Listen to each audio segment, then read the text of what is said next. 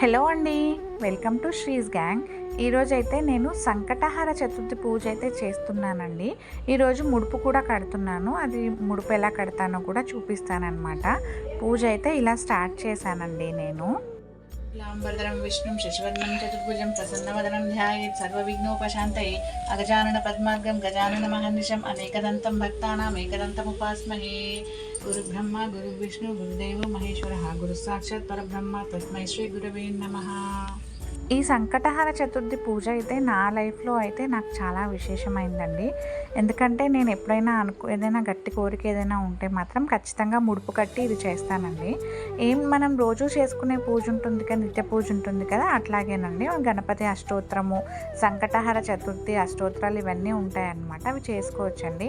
ఇంకా ఎవరికి వినాయకుడికి సంబంధించిన ఏది చేయాలంటే చేయొచ్చండి. ఇదిగోండి చూడండి, నేనైతే వినాయకుడికి ఇష్టమైన గరకనైతే తెచ్చిపెట్టాను.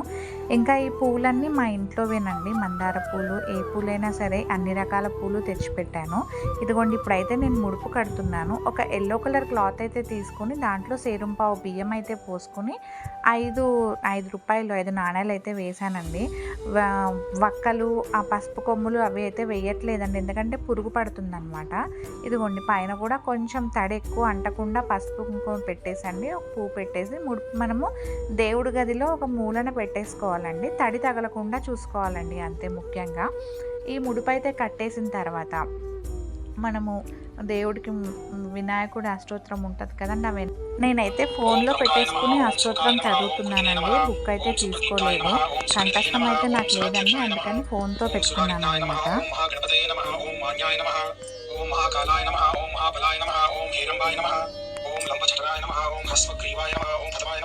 ओम प्राज्ञाय नमः ओम प्रमोदाय नमः ओम मोदकप्रियाय नमः ओम विघ्नकर्त्रे नमः ओम विघ्नहन्त्रे नमः ओम विश्वनेत्रे नमः ओम विराट्पतये नमः ओम श्रीपतये नमः ओम वाक्पतये नमः ओम शृंगारिणे नमः ओम आश्रितवत्सलाय नमः ओम शिवप्रियाय नमः ओम शीघ्रकारिणे नमः ओम शाश्वताय नमः ओम बलवान्विताय नमः ओम बलोद्धताय नमः ओम भक्तनिधये नमः ओम भावगम्याय नमः ओम भावात्मजाय नमः ओम अग्रगामिने नमः ओम मंत्रकृते नमः ओम जामीकरप्रथाय नमः ओम सर्वाय नमः ओम सर्वोपास्याय नमः ओम सर्वकर्त्रे नमः ओम सर्वनेत्रे नमः ओम सर्वसिद्धिप्रदाय नमः ओम सर्वसिद्धये नमः ओम पंचहस्ताय नमः ओम पार्वतीनंदनाय नमः ओम प्रभवे नमः ओम कुमारगुरवे नमः ओम कुंजरासुरभञ्जनाय नमः ओम कांतिमते नमः ओम श्रीमते नमः ओम कामिने नमः ओम कपित्थफलप्रियाय नमः ओम ब्रह्मचारिणे नमः ओम ब्रह्मरूपिणे नमः ओम महोदराय नमः ओम मदोत्कटाय नमः ओम महावीराय नमः ओम मंत्रिणे नमः ओम मंगलसस्वराय नमः ओम प्रमदाय नमः ओम जयायसे नमः ओम यक्षकिन्नरसेविताय नमः ओम गंगासुताय नमः ओम गणाधीशाय नमः ओम गंभीरनिलयाय नमः ओम वटवे नमः ओम परस्मै नमः ओम ज्योतिषे नमः ओम अक्रांतप्रतिप्रभवे नमः ओम अभीष्टप्रदाय नमः ओम मंगलप्रदाय नमः ओम अव्यक्तरूपाय नमः ओम पुराणपुरुषाय नमः ओम पूषणे नमः ओम पुष्करोत्क्षिप्तवारणाय नमः ओम अग्रगण्याय नमः ओम अग्रपूज्याय नमः ओम अभक्तपराक्रमाय नमः ओम सत्यधर्मिणे नमः ओम सख्ये नमः ओम साराय नमः